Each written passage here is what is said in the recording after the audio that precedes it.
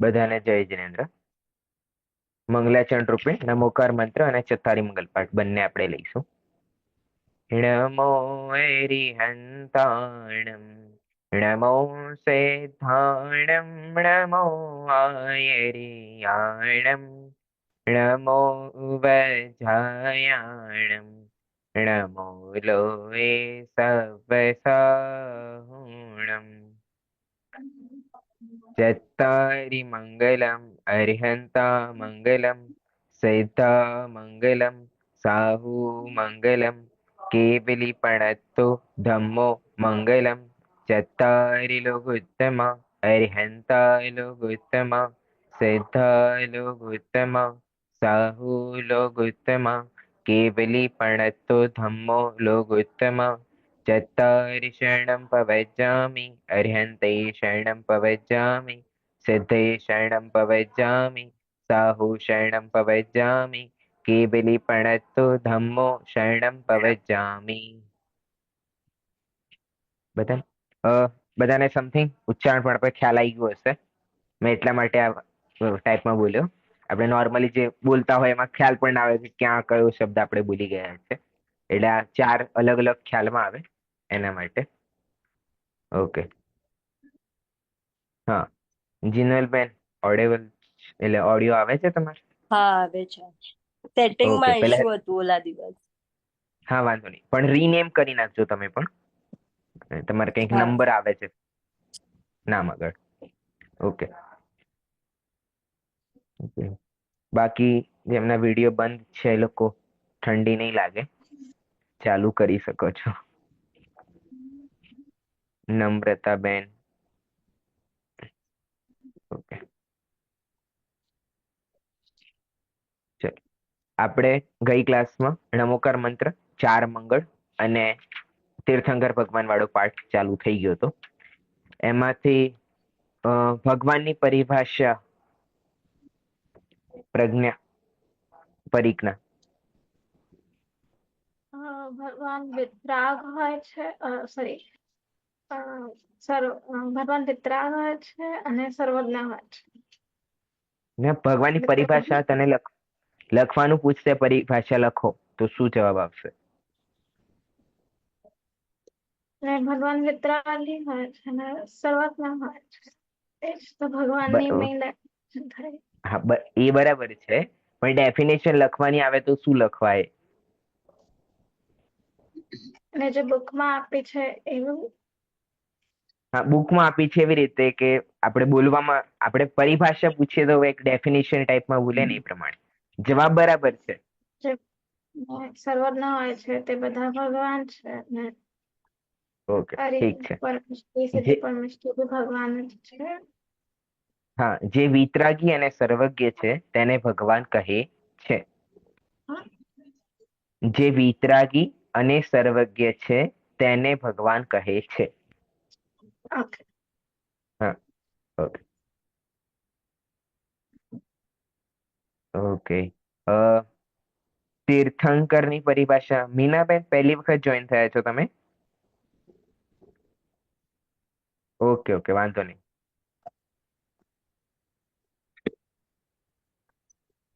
Okay. હા, Jyotiben.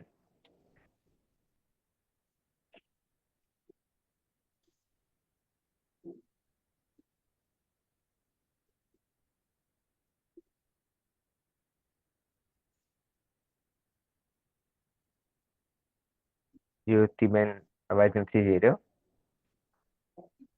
Okay, વાંધો નહીં. જીનલબેન, તમે તીર્થંકરની પરિભાષા જણાવશો? મેં એકચ્યુઅલી આજે ફર્સ્ટ અને ક્લાસ જ સેકન્ડ ક્લાસ હાફ તક જ રેફર કર્યું છે હજી. ને આપણે તો આ ગઈ ક્લાસમાં જ ચાલ્યું હતું ને જેમાં તમે પ્રેઝન્ટ હતા. First class. થર્ડ ક્લાસમાં જે છેલ્લી આપણે હા, લીધી હતી ને. પણ એ મારું માઇક્રોફોન ના ચક્કરમાં જ અડધું જ થયું હતું. ફર્સ્ટ અને ફર્સ્ટ ઓકે, એન્ડ હાફ તક પૂરું થઈ ગયું છે. ઓકે. નમોકા મંત્રનો અર્થ જણાવી દેશો? હા. હમ નમો અરિહંતાળમ એટલે અરિહંત ભગવાનને નમસ્કાર. સિદ્ધાળમ એટલે સિદ્ધ ભગવાનને નમો ઉવજાયણમ એટલે ઉપાધ્યાય ભગવાનને અને સિદ્ધાણમ નમો લોએ સવ સાવરમ નમો રિયંતામ નૃસિંહમ નમો જય નમો લોએ સવ સાવણમ અને નહીં બટ મને ક્લિયર હતું. તમે નમોકાર મંત્ર બોલશો એક વાર? હા, નમો હા. હરિયંતાળમ નમો સિદ્ધાણમ નમો આયર્યાણમ નમો ઉવજાયણમ એટલે ઉપાધ્યાય ભગવાનને. નમો લોએ હા. સવ સાહુણમ એસો પંચન મુકારો સવ પાવ પણાશુ મંગલાલંચ સવે સિંહ પડમમ ભવે. ઓકે. નમો આયર્યાણમ નો શું અર્થ થશે? આચાર્ય ભગવાન. હા, આચાર્ય ભગવાને નમસ્કાર છે. હા બરાબર. Okay, done. આગળના ક્લાસ કન્ટિન્યુ કરી નાખજો, એટલે આવતી ક્લાસમાં પૂછી શકાય. હા. ઓકે. હા, હેમાબેન જણાવશો તીર્થંકરની પરિભાષા? જય જિનેન્દ્ર સર. જય જિનેન્દ્ર. તીર્થંકર એટલે જે ધર્મ તીર્થ એટલે કે મુક્તિના માર્ગનો ઉપદેશ આપે છે, સમવસરણ આદિ વૈભવથી યુક્ત હોય છે અને જેમને તીર્થંકર નામ કર્મ નો ઉદય હોય છે તેમને તીર્થંકર કહેવામાં આવે છે. ઓકે, સરસ. કોમલબેન, આપણે સમોષણ આદિ અહીંયા કહ્યું છે, એમાં શું લઈશું આપણે?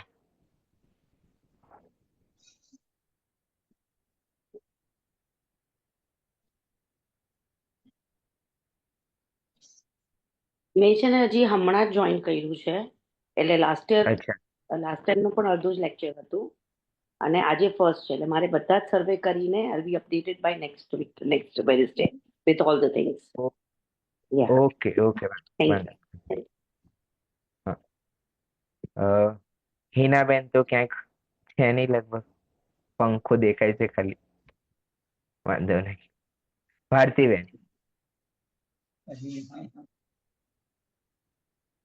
તીર્થંકરની પરિભાષા?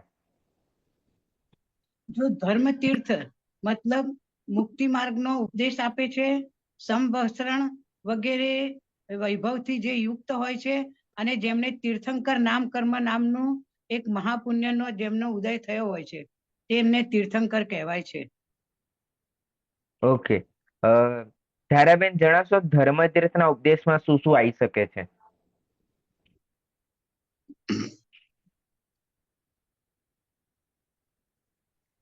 ધર્મ તીર્થ ના ઉપદેશમાં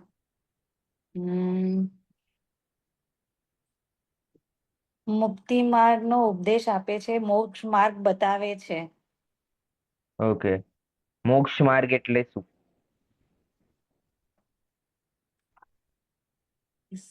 મોક્ષ માર્ગ એટલે વિતરાગતા કંઈક ને કંઈક.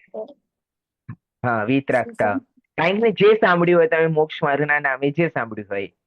હા, વિતરાગતા નો એટલે રાગ દ્વેષ રહિત નો ભાવ રાખવા માટેનો. બરાબર. પછી? સર્વજ્ઞ એટલે પણ મને ઈ રિલેટ કરતા નથી આવડતું સર. ના ના, મોક્ષ માર્ગનો અર્થ શું થાય મને એમ સમજાવો. મોક્ષ માર્ગનો ઉપદેશ આપે છે ને, હા, તો એ મિથ્યાત્વ મોક્ષ રહિત માર્ગનો નો, રાગ દ્વેષ રહિત નો માર્ગ, મિથ્યાત્વ રહિત રાગ. નો ભાવ. ઓકે. આ તો ના બે વાત થઈ. આવે શું? આવે શું?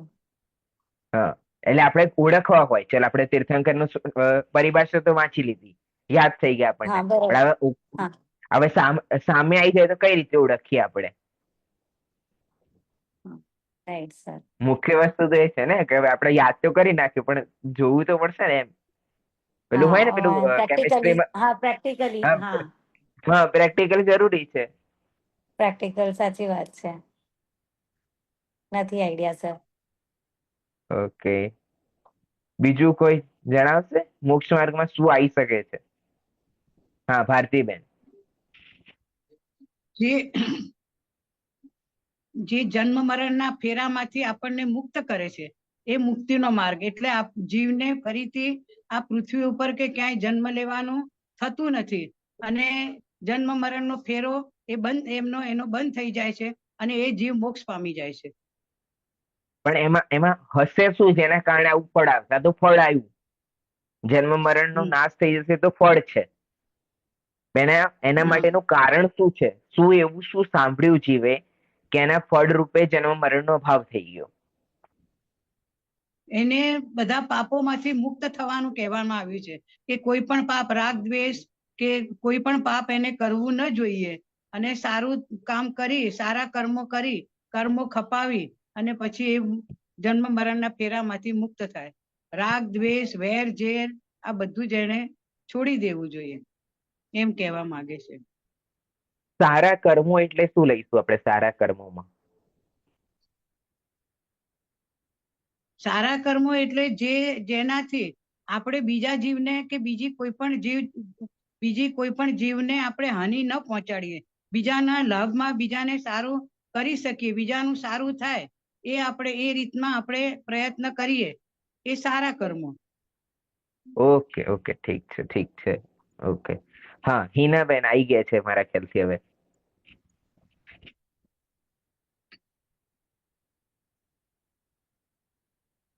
માઇક ચાલુ કર હિનાબેન.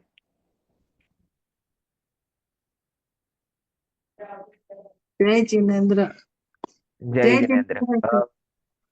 આપણે અહીંયા ચર્ચા ચાલે છે મોક્ષ માર્ગ. અહીંયા જે તીર્થંકરની પરિભાષા લીધી કે જે ધર્મ તીર્થનો એટલે કે મોક્ષ માર્ગનો ઉપદેશ આપે છે એને તીર્થંકર કહેવાય છે. તો અહીંયા મોક્ષ માર્ગનો શું અર્થ થશે, અથવા ધર્મ તીર્થનો અર્થ શું થશે?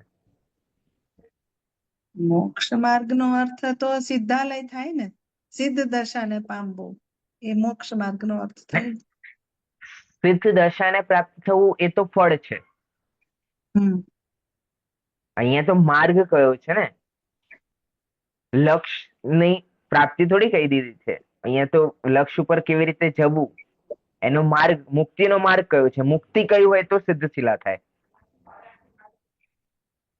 મુક્તિ નો માર્ગે એ માર્ગે જવું હોય તો મુનિ દશા આવે ને. મુનિ દશા આવે બરાબર, પણ એ મુક્તિના માર્ગનો ઉપદેશમાં શું આવશે? મારો પ્રશ્ન એમ છે. અહીંયા કહ્યું ને કે જે ધર્મ તીર્થનો ઉપદેશ આપે. તો એ હા, તો જીનલબેન. આચાર્ય ભગવાને જે રસ્તો બતાડ્યો છે એ રસ્તા પર ચાલીને. એમણે બતાવ્યું, પણ એમણે શું બતાવ્યું પ્રશ્ન એ છે. નથી ખબર. હા, બરાબર છે, તમારો સવાલ બરાબર છે કે જે આચાર્ય કહ્યું એ કયું હશે, પણ આચાર્ય શું કહ્યું? માયાબેન.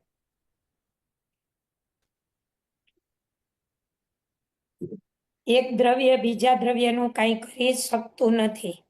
દરેક દ્રવ્ય હા, સ્વતંત્ર છે, દરેક પર્યાય સ્વતંત્ર છે અને પોતાના આત્માના સ્વરૂપનો વિચાર કરવાનો, ચિંતન મનન કરવાનો. બરાબર બરાબર, ઓકે. મોનાલીબેન. આર્યન ભગવાનની વાણી જે સાંભળીને આપણે મોક્ષ માર્ગનો રસ્તો બતાવે છે, કારણ કે એમની જ વાણીથી આચાર્યોએ પણ ગ્રંથ લખીને આપણને સમજાવ્યું છે. ના ના, પણ ભગવાનની વાણીમાં શું આવ્યું એમ? આપણે કેવી રીતે માનીએ કે આ ભગવાનની વાણી છે? દરેક જીવ પ્રત્યે કરુણા ભાવ રાખવાનો, દયા ભાવ રાખવાનો, ક્ષમા ભાવ રાખવાનો એ કહેવામાં. ઓકે, ક્ષમા. હા, તમે અહીંયા કહ્યું કે કરુણા ભાવ રાખવાનો, ક્ષમા ભાવ રાખવાનો. અહીંયા માયાબેન કે એક દ્રવ્ય બીજા દ્રવ્યનું કઈ કરી નહીં શકે, કઈ ક્રોસ નથી થતું વાતને? એક સાઈડ કે છે કે કરુણા કરો, એક સાઈડ કે છે કે થઈ શકતું નથી. તો આ બંને તો ભગવાનની વાણી ના હોઈ શકે ને. મારો પ્રશ્ન એમ છે, ખ્યાલમાં આવે છે બધાને?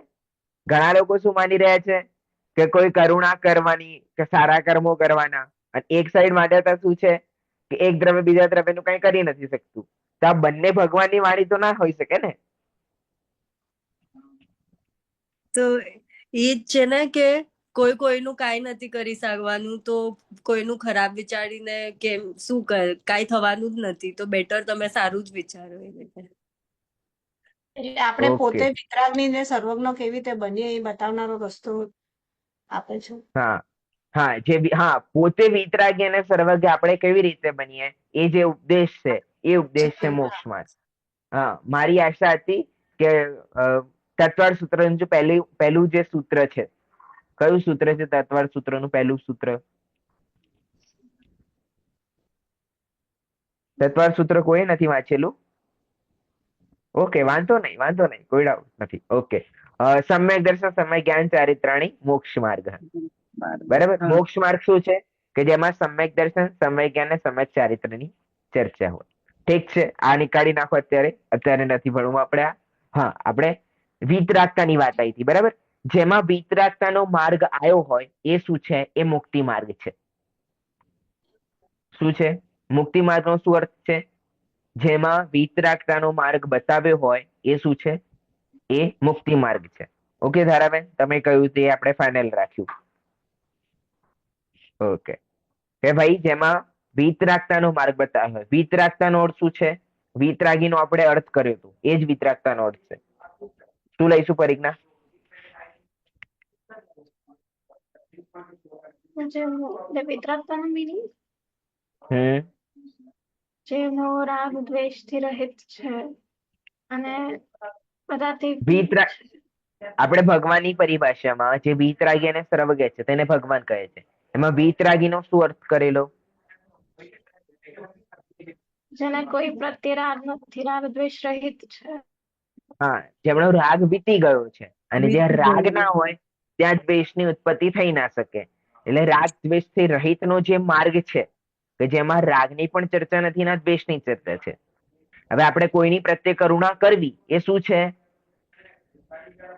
એ ભારતીબેન શું કહેવાય? એ રાગ કહેવાય. એ રાગ કહેવાય. એટલે કરુણા કરવું એ ના આવી શકે વિતરાગતામાં. કારણ કે ભગવાન તો વિતરાગી છે, એમને રાગ દ્વેષ છે નહીં. અને કરુણા કરવી એ રાગ વગર આવે નહીં. કોઈ દ્વેષીને ક્યારે તમને સહકાર કરવાનો ભાવ આવે? ક્યારેય ના આવે. એને દ્વેષપણાનો જ ભાવ આવે. રાગ કરવાનો ભાવ કોની સાથે આવે? કે જે આપણામાંનું કોઈ વ્યક્તિ હોય, કે આપણે કોઈને ઉપર દયા આવી, તો એ રાગ હતો તો દયા આવી ને. જેને રાગ ના હોય એને કોઈ પ્રકારની દયા નથી આવતી. ઘણા લોકો એવું ના હોય કે ભાઈ આવો માણસ આવ્યો તો એમને થોડુંક પણ એવું ના થયું. ઘણા લોકો એવા હોય ને. એ વિતરાગી નથી એમ નથી કહેવા માંગતો. હું ખાલી રાગ અને કરુણાનો સંબંધ જોડવા માંગુ છું. તો એ શું છે? એ કરુણા પણ શું છે? અહીંયા રાગ છે. તો વિતરાગતાનો માર્ગ થયો નહીં. અને મુક્તિનો માર્ગ કયો છે? કે જે વિતરાગતાનો માર્ગ છે, કે જે રાગ અને દ્વેષથી રહિત આપણને બતાવે કે એ તરફ લઈ જાય. ઓકે, તો જે ધર્મતીર્થનો ઉપદેશ આપે છે. પછી સેકન્ડ પોઈન્ટ શું છે માયાબેન? સમવસરણ આદિ વૈભવથી યુક્ત છે. સમોષણ આદિ વૈભવથી યુક્ત છે. વૈભવ ભાઈ કોઈ જોઈન્ટ થયા છો? જણાવશો સમોષણ આદિ વૈભવ શું છે? સમવસરણ એટલે એમાં અષ્ટ વૈભવ. પ્રાતિહાર્ય હોય, અષ્ટ મંગળ દ્રવ્ય હોય, એ સભા હોય હા હા, આખી. એના સંવત્સરણમાં બરાબર. 8 ભૂમિઓ હોય. 8મી મંડપ ભૂમિમાં 12 પ્રકારની સભાઓ હોય. Okay okay. હા, વૈભવ ભાઈ છે કોઈ? વૈભવ જૈન કરીને કોઈ જોઈન થયેલું છે? મારે જોઈન કર્યું છે. હું મધ્યપ્રદેશથી છું. ઓકે મને ગુજરાતી મને સોનગઢથી અધ્યયન કરેલું છે. ઓકે 8મી 9મી અને 10મી કક્ષામાં અને 11મી અને 12મી ટોડરમલ સ્મારકથી કરેલી છે. ઓકે ઓકે ઓકે, ઠીક છે. તો ગુરુદેવના વૈભવભાઈ, ગુરુદેવના પ્રવચન સાંભળવા માટે, ગુજરાતીમાં સાંભળવા માટે, ગુજરાતી શીખવા માટે અને તત્વનો ઉપદેશ પણ શીખવા માટે હું આ કક્ષા જોઈન કરેલી છે. ओके तो गुजराती बैच में ही रहना है क्या आपको? यदि हिंदी बैच भी चल रहे हैं, मतलब ज्वाइन होना हो तो? नहीं, मुझे नॉलेज तो है तत्व ज्ञान का। जैसे मैंने सोनगढ़ में 8वीं 9वीं 10वीं में अध्ययन किया है, गुजराती मुझे आती है। और हाँ हाँ, 11th 12th मैंने स्मारक से किया है। बट अच्छा मैं यही चाहता था कि जैसे मूल तत्व ज्ञान भी मिले और थोड़ा बहुत मैं गुजराती भी सीखूं। जैसे गुरुदेव का कभी प्रवचन सुनूं तो उसमें थोड़ी आसानी रहेगी। अच्छा अच्छा, ठीक है, कोई बात नहीं। ओके, तो चेहरा मतलब ऑन कर सको तो देख सके, मतलब। ओके, हाँ, ठीक है,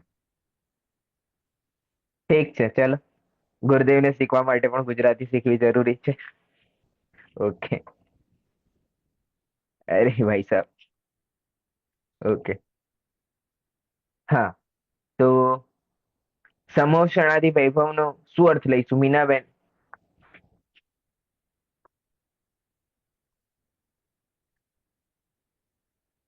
મીનાબેન, અવાજ આવે છે તમને?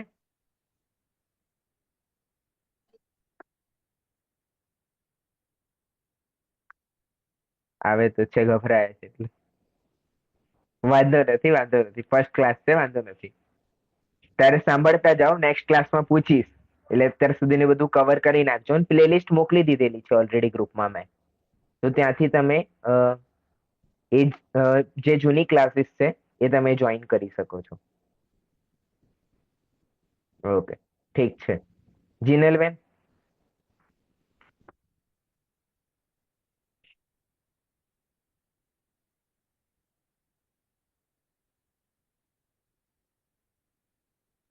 હા, સોરી. હમ, હા. સમોષણાદિ વૈભવનો શું અર્થ લઈ શકાય?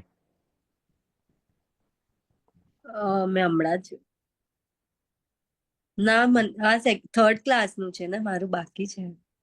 ખાલી મને સંભોચન એટલે એટલું સમજ્યું કે જ્યારે કેવલ જ્ઞાન ને બધું થઈ જાય, જ્યારે જે સ્પીચ આપતા હોય ને, તો એ બર્ડ્સ, એનિમલ્સ ને એ લોકો બધા સાંભળી શકે, પોતપોતાના લેંગ્વેજમાં ટ્રાન્સલેટ કરવું નહીં પડે એમાં. ઈ મેં ઓકે, લાસ્ટ ઠીક છે. ટાઈમ મને નહીં ખબર હતી તો મેં ચેટમાં લખેલું. ઓકે, ઓકે, ઠીક છે. હિનાબેન? નથી ખબર. ધારાબેન?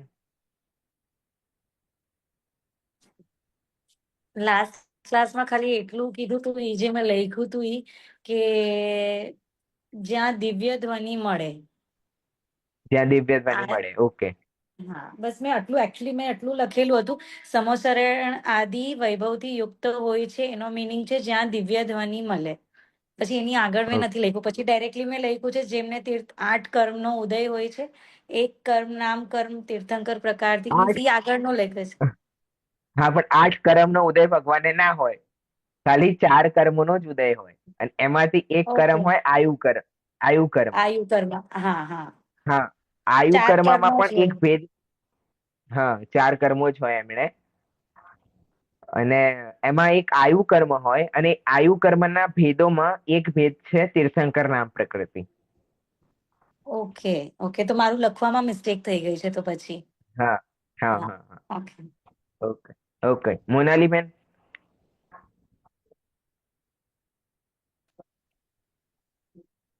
સમોસરણ એ બહુ વૈભવ હોય છે ને મોટું હોય છે, કલ્પવૃક્ષ ને એવી ઈ તમે લાસ્ટ ટાઈમ એક્ઝામ્પલ આપેલું કે ઈ બધું સુખ પણ ત્યાં એટલે જોવા મળે છે, પણ ઈ બધાથી યુગ છે, એટલે એટલે ઈ પોઈન્ટ આવેલો છે. આદિમાં શું લઈશું? આદિ, સમોષણ વગેરે. આદિનો અર્થ લઈએ આપણે ગુજરાતીમાં વગેરે એમ. હમ સમોષણ વગેરે એટલે સમોષણ અલાવા બીજું શું શું હોય? એક નોર્મલી એક બે વસ્તુના નામ કોઈને ખ્યાલ હોય? માયાબેને એક વસ્તુનું નામ કહ્યું હતું. કોઈને આવે છે ખ્યાલમાં? કલ્પવૃક્ષ આઈ થિંક તમે કીધું હતું લાસ્ટ ટાઈમ. શું? જન્માષ્ટમી? ધર્મ સભા બોલે છે. અચ્છા, ધર્મસભા. ઓકે, ધર્મસભા. અષ્ટ પ્રાતિહાર્ય હોય. શું હોય? અષ્ટ પ્રાતિહાર્ય હોય.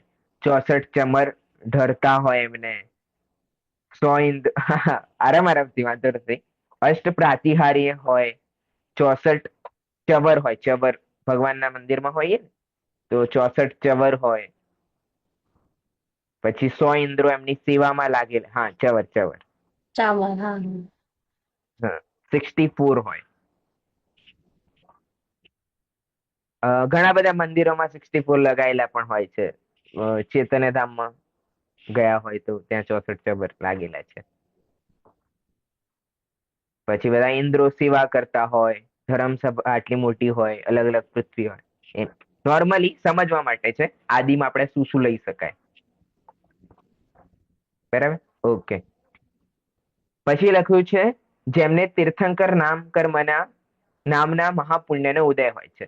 તો આપણે સમજી ચુક્યા છે 8 કર્મો છે, એમાંથી એક કર્મનું નામ છે નામકર્મ. નામકર્મના ભેદો છે, એમાંથી એક ભેદ છે તીર્થંકર નામ કર્મ. અને એના મહાપુણ્યનો ઉદય હોય છે. હવે એક વસ્તુ અહીંયા આપણે સમજવી સર જોઈએ. સોરી, આ ફરીથી રિપીટ કરો ને, મને લખવું છે. આઠ કયું? 8 કર્મો છે, પછી આગળ તમે શું? હા હા, 8 કર્મો હોય, એટલે ભગવાનને 8 કર્મો ના હોય, પણ 8 કર્મો છે. એમાંથી એક કર્મ છે આયુ કર્મ. આયુ કર્મના નો એક ભેદ છે તીર્થંકર નામ પ્રકૃતિ. સર નામ કર્મનો આ નામ કર્મનો. હું આયુ બોલ્યો. આયુ બોલ્યા. Okay okay okay, sorry sorry sorry. હા, 8 કર્મોમાં એક નામ કર્મ છે, અને નામ કર્મના નો એક ભેદ છે તીર્થંકર નામ કર્મ. હા, એટલે તીર્થંકર પ્રકૃતિ, એનું નામ છે તીર્થંકર પ્રકૃતિ. અને એ નામ કર્મની અંતર્ગત આવે છે, એટલે ત્યાં લખ્યું છે તીર્થંકર નામ કર્મના.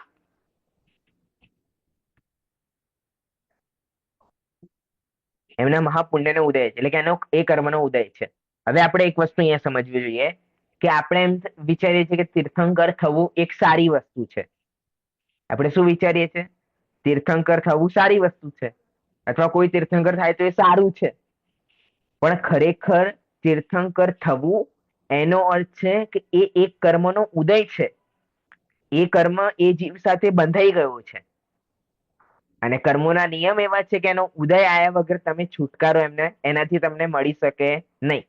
હવે કોઈ જીવને અત્યારે તીર્થંકર નામ કરવા બંધાય, એ જ્યારે ઉદય આપવાનો હોય ત્યાં સુધી એને આ સંસારમાં રહેવું પડશે.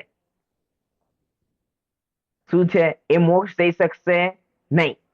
પણ જો એને તીર્થંકર નામ પ્રકૃતિ ના બાંધી હોય તો એ જીવ મોક્ષમાં જઈ શકે છે. જેમ કે મેં તીર્થંકર નામ પ્રકૃતિ બાંધી, અને આનો ઉદય ક્યારે આવવાનો છે? આજથી 3-4 ભાવ પછી. કારણ કે આ ભાવમાં તો થવાનું નથી મોક્ષ, એટલે એ 3-4 ભાવ પછી આપવાનો છે. પણ તમે ના બાંધી તો તમે આવતા ભાવમાં મોક્ષ જઈ શકો છો, પણ હું નથી જઈ શકતો. કારણ શું છે? કે મેં એવો કર્મ બાંધેલો છે. અને પણ એ કેવું લાગે કે ભાઈ આટલું મોટું સમોષણ છે ભગવાનનું, એવું છે, પણ ભગવાન તો ત્યાં કષ્ટ રૂપે છે એમને.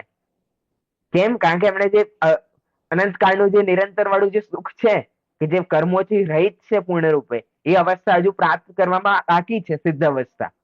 આ તો અર્યંત અવસ્થા છે ને, એ સિદ્ધ અવસ્થાને પ્રાપ્ત કરવાનું છે એમને. અને એ કેટલા ઓછા ટાઈમમાં થવું છે એમને. સિદ્ધ તો ફટાફટ થવું છે, પણ શું છે? એ તીર્થંકર કર્મનો ઉદય જ્યાં સુધી રહેશે ત્યાં સુધી એમને સંસારમાં રહેવું પડશે. બરાબર? એટલે કોઈ આપણે એમ માનીએ કે ભાઈ તીર્થંકર થવું કોઈ મોટી સારી વસ્તુ હોય, તો એ ખરેખર સારી વસ્તુ છે નહીં. એ તો ખાલી એક કર્મનો ઉદય છે, અને એના કારણે સંસારમાં બંધાઈને રહેવું પડે છે. જો એ કર્મ ના બંધાયો હોય તો આપણે સરળતાથી મોક્ષની પ્રાપ્તિ કરી શકીએ છીએ. બરાબર? હવે આગળ આપણે ચાલીએ. આગળ અહીંયા 24 તીર્થંકરોના નામ આપેલા છે. બીજી ફાઇલ.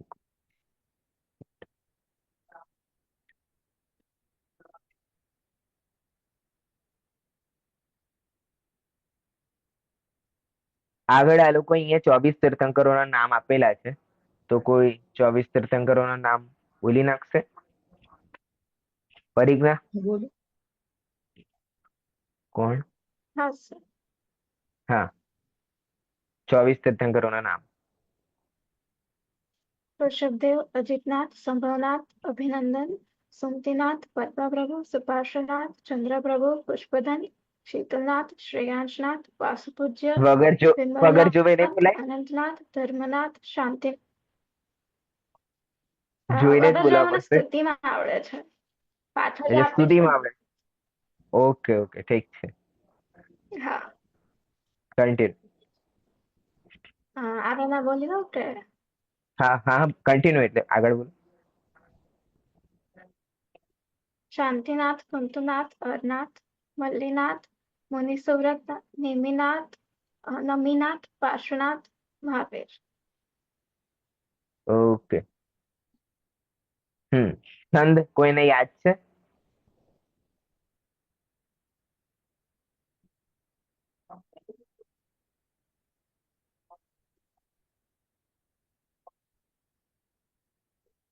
છંદ કોઈને, હા માયાબેન.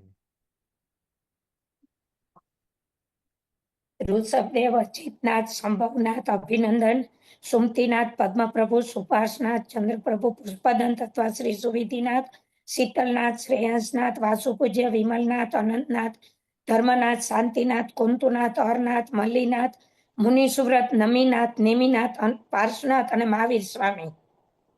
ઓકે, હું છંદ કોઈને યાદ છે? છંદ જે આપેલો છે, હા હેમાબેન.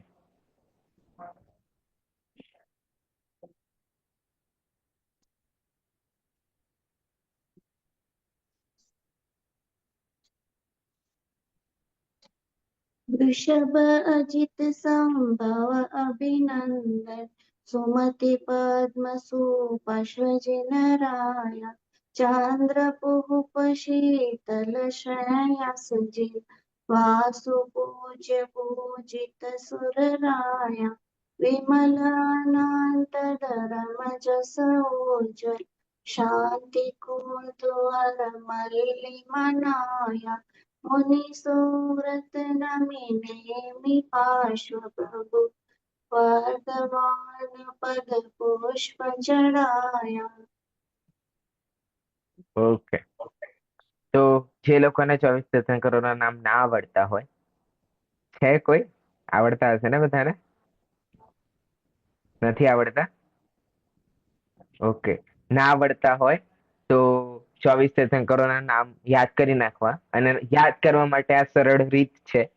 જેમને છંદ યાદ થતો હોય એ છંદ યાદ કરી નાખશે તો આવડી જશે.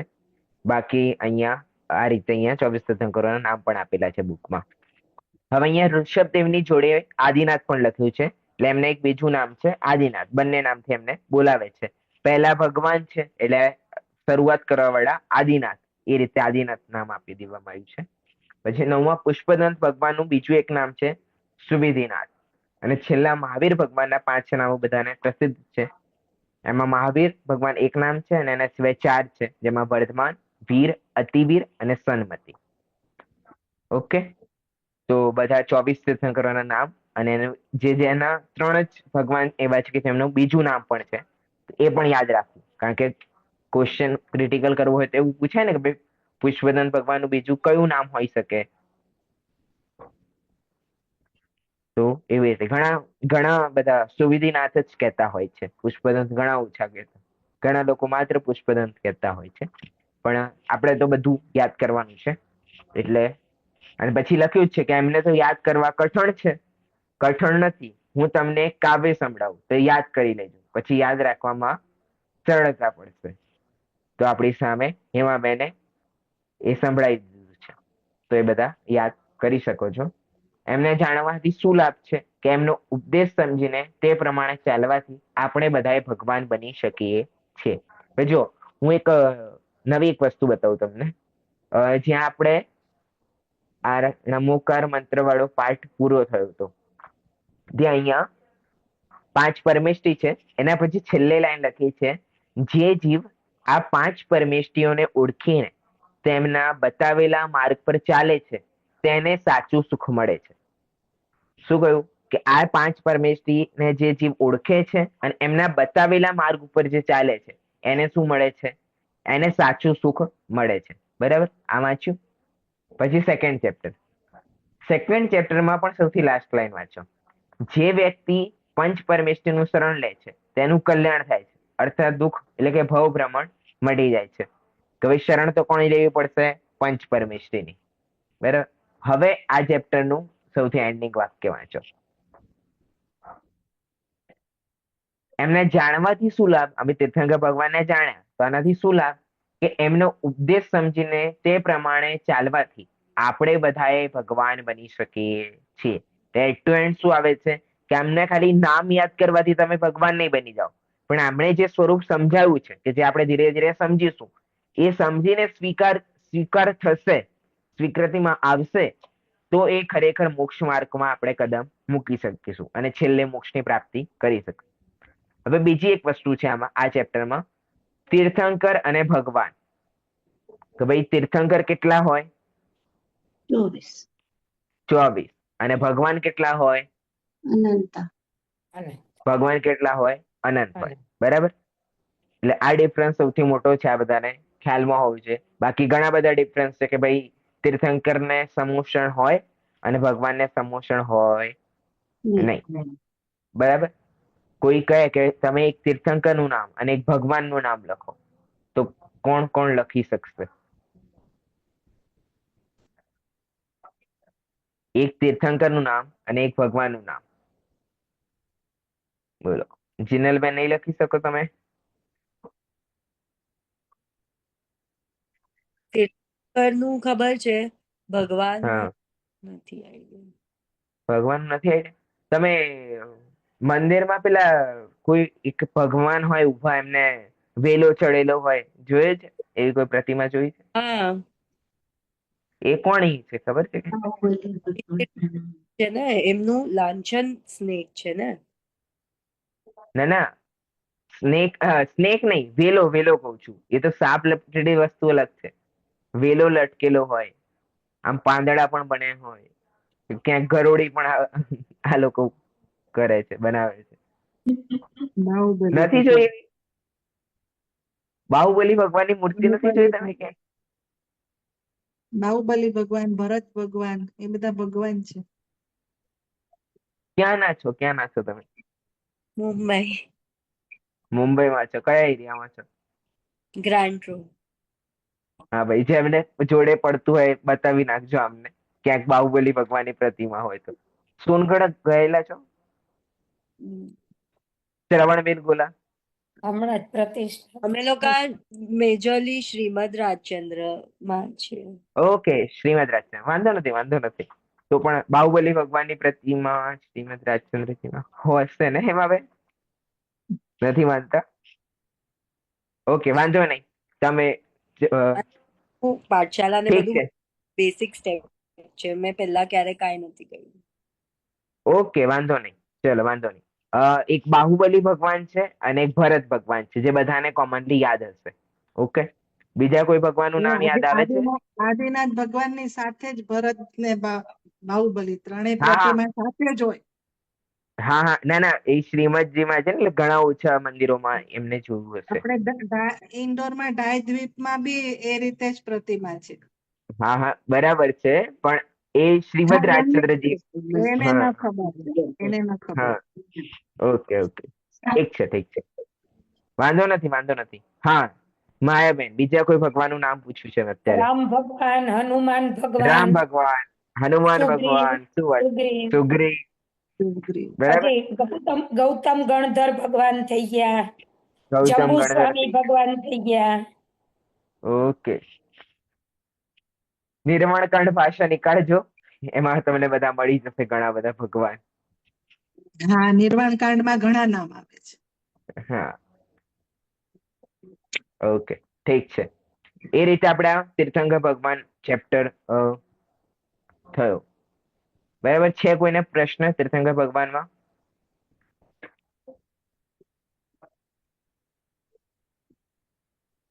નથી? પાક્કું? હા. સર, આપણે તમે અમને કીધું ને કે સમોસરણ આદિ, તો આદિમાં તમે 3-4 પોઈન્ટ્સ લખાવ્યા, રાઈટ?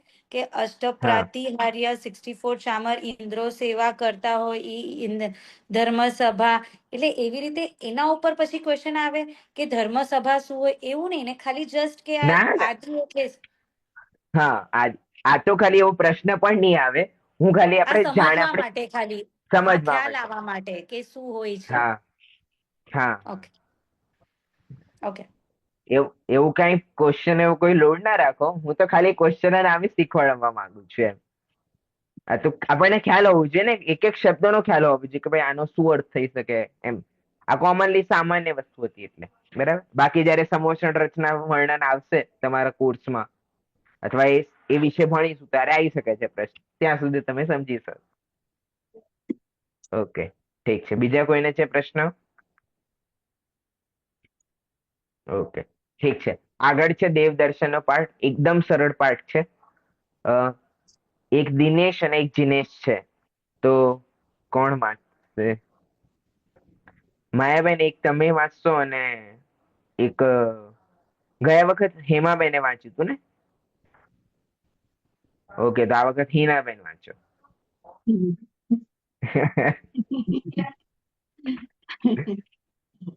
એટલે બે બહેનોને ખોટું ન લાગે નહીં સર? હા.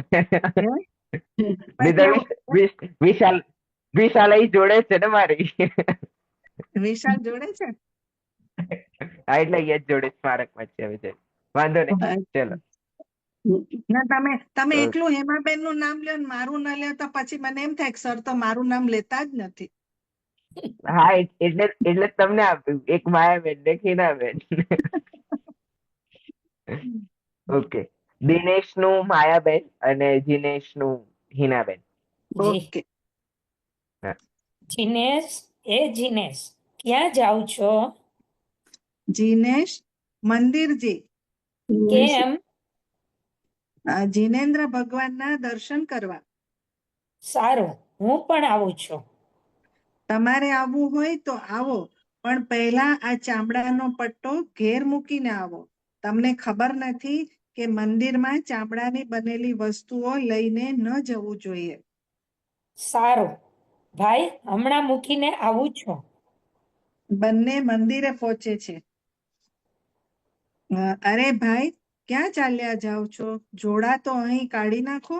મંદિરમાં ચંપલ કે જોડા પહેરીને ન જવાય. લાગે છે કે પહેલા તમે કદી મંદિર આવ્યા જ નથી, તેથી જ દર્શન કરવાની રીત પણ જાણતા નથી.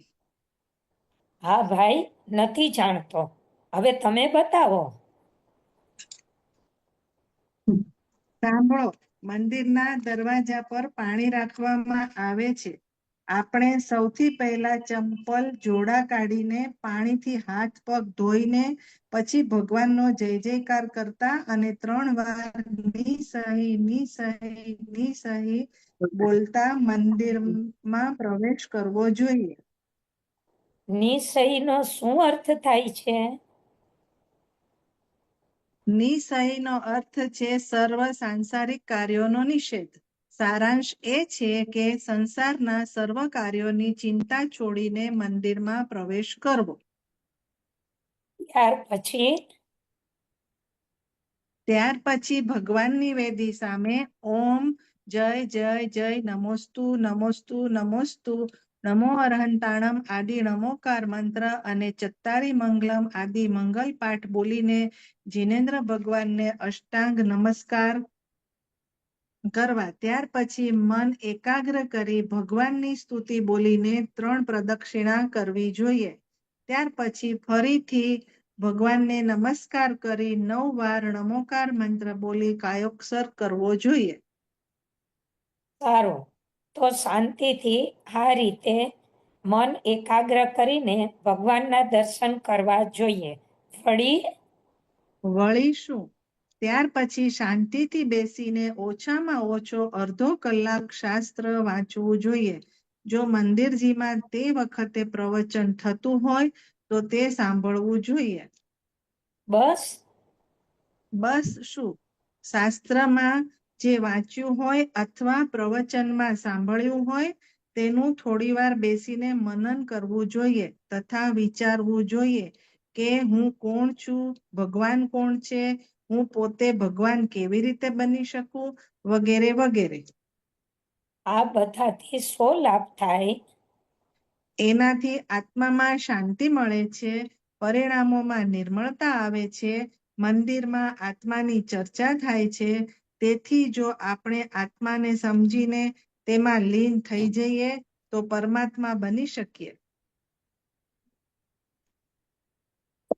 ઓકે, બધાએ વાંચ્યું કે ખાલી માયાબેન અને હિનાબેન જ વાંચ્યું? ઓકે, ચલો. મોનાલીબેન જણાવશો મંદિરમાં જઈને શું શું કરવાનું છે? આપણે અહીંયા કઈ કઈ પ્રવૃત્તિ કરવાની છે જઈને?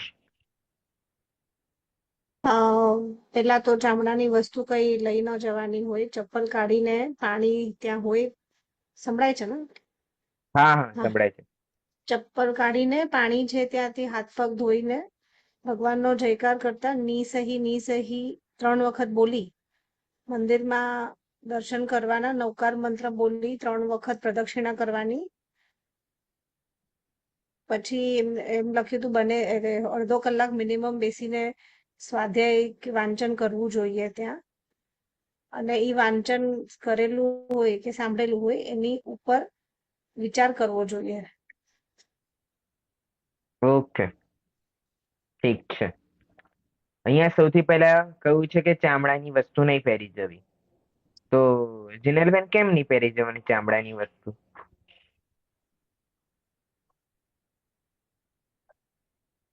ઈ એનિમલ પ્રોડક્ટ્સ થી બને એટલે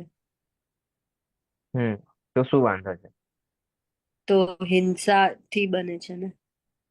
હા, હવે કોઈ એનિમલ ને મારીને, હા, હવે કોઈ એમાં તર્ક આપે કે કોઈ મરી ગયું હોય ને પછી યુઝ કરીએ તો એનાથી બનેલું પણ યુઝ કરી શકાય ને. કોઈ ઓટોમેટિક એમની મૃત્યુ થઈ હોય પછી યુઝ કરે તો શું વાંધો? પણ તો બી એમાં બહુ મે બી કેમિકલ્સ ને બધું રાખીને એને પ્રિઝર્વ કરતા હશે. હા, હવે આમાં શું હોય કે જ્યારે જીવની મૃત્યુ થાય તો એના અંતર મુહૂર્ત એટલે કે 48 મિનિટ પછી જ એ શરીરમાં એ જ જાતિના ઘણા બધા જીવો ઉત્પન્ન થવાના પ્રારંભ થઈ જાય. બરાબર. શું કહું છું? કોઈ જીવની મૃત્યુ થઈ એના અંતર મુહૂર્ત એટલે કે સમથિંગ 48 મિનિટ પછી એ જ જાતિના સૂક્ષ્મ જીવો એમાં ઉત્પન્ન થવાના સ્ટાર્ટ થઈ જાય છે. અને એ પછી એમાં નિરંતર ઉત્પત્તિ એમાં થતી હોય છે. એટલા માટે એમાં એક તો એની ઉત્પત્તિ, ચામડાની ઉત્પત્તિ જ એક હિંસાના કાર્યથી થાય છે મોસ્ટલી. અને કોઈ હવે એવો તર્ક આપે કે કોઈ ઓટોમેટિક મરી ગયું હોય પછી યુઝ કરીએ તો પછી એમાં આ બીજી એક વસ્તુ તો હોય જ છે. બરાબર? એટલે ચામડાનો પ્રયોગ કરવો જોઈએ નહીં. બાકી બધાને બધું ખ્યાલમાં છે કેવી રીતે બધું બનતું હોય છે. તો ચામડાનો પ્રયોગ ના કરવો જોઈએ. આમ તો જીવનમાં જ ના કરવો જોઈએ ચામડાનો પ્રયોગ. કેમ આપણે હિંસાત્મક વસ્તુઓ પહેરીએ કે ઓઢવામાં પ્રયોગ કરીએ કે વાપરવામાં પ્રયોગ કરીએ, કોઈ પણ પ્રકારે પ્રયોગ કરવો જોઈએ નહીં. અને મંદિરમાં તો બિલકુલ પણ નહીં. બરાબર? ઓકે. પછી કે છે કે હવે મંદિરમાં પ્રવેશ કરવાનો છે તો શું કરો? જોડા કાઢી નાખો. જોડા એટલે ચપ્પલના જે જોડા છે એને નીકાળી નાખો. અને પછી ત્યાં પાણી મૂકેલું હોય તો હાથ અને પગ અને સામાન્ય ધોઈને પછી જવું જોઈએ. અને એન્ટ્રી થતી વખતે 3 વખત શું બોલવાનું છે? નિસ્સહી, નિસ્સહી અને નિસ્સહી. શું બોલવાનું છે મોનાલીબેન? નિસ્સહી, નિસ્સહી, નિસ્સહી.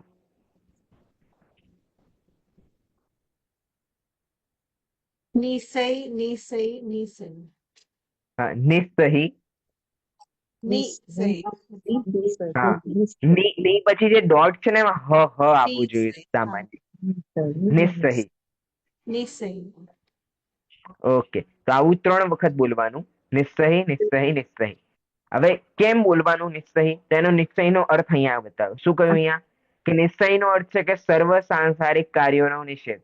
કે હવે મારા મનમાં કોઈ પણ સાંસારિક કાર્ય આવશે નહીં. હવે મારા મનમાંથી હું બધા મારા સાંસારિક કાર્યોનો શું કરું છું? અહીંયા નિષેધ કરું છું.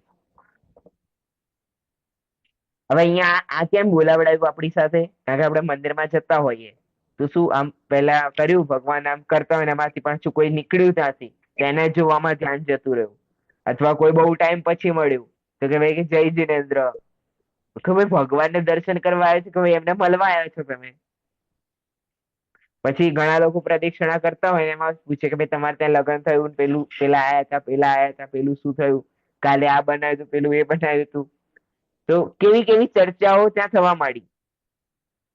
શેમાં? ખાલી પ્રદક્ષિણામાં. પ્રદક્ષિણા નહીં તો પ્રદક્ષિણા ખબર પડી કે નીકળે છે તો આપણે દર્શન કરીને આપણે પાછા આવી ગયા કે પેલામાં પેલું તમે ગયા હતા કે પેલું બનાવ્યું હતું? અરે ભગવાનને દર્શન કરવા આવ્યા હતા કે એની વાત પૂછવા આવ્યા હતા? પણ કે ના, એ હવે જતો રહેશે તો પછી મને મળશે ને, હું પ્રદક્ષિણા કરવા રહીશ તો. એટલે આપણું પ્રયોજન શું થઈ ગયું ત્યાં? સાંસારિક કાર્ય થઈ ગયું ને. એટલે અહીંયા શું કહે છે કે તમે એન્ટ્રી લો ત્યારે શું બોલો? નિશ્ચય, નિશ્ચય, નિશ્ચય. એનો અર્થ ખ્યાલમાં હોવો જરૂરી છે. ઘણા લોકો બોલતા હોય છે નિશ્ચય, નિશ્ચય. અહીંયા નિશ્ચય, નિશ્ચય બોલે ને ત્યાં બોલે હા ભાઈ પેલો કેવું ચાલે છે. તો થઈ ગયું તમારો નિશ્ચયનો અર્થ પૂરો. તમે પૂછ્યું કેવું ચાલે છે તો ત્યાં પૂરું થઈ ગયું ને નિશ્ચયનો અર્થ. એટલા માટે જાણવું જરૂરી છે જીનવાણી. ભગવાને માર્ગ તો બતાવ્યો પણ શું બતાવ્યો ખબર નહીં. તો એ જાણવું જરૂરી છે. એટલે અહીંયા નિશ્ચયનો અર્થ શું કે છે કે સર્વ સાંસારિક કાર્યોનો નિષેધ. હવે હું બોલ્યો એટલે મેં અહીંયા પ્રતિજ્ઞા લઈ લીધી ભગવાનની સામે કે હવે મારે સર્વ સાંસારિક કાર્યોનો નિષેધ, જ્યાં સુધી આ બોર્ડરની પાછી બહાર ના જવું ત્યાં સુધી મેં શું કર્યું, કોઈ પણ સાંસારિક કાર્ય હું કરીશ નહીં, કોઈ પણ પ્રકારનો સંસાર સંબંધી વાર્તાલાપ હું કરીશ નહીં.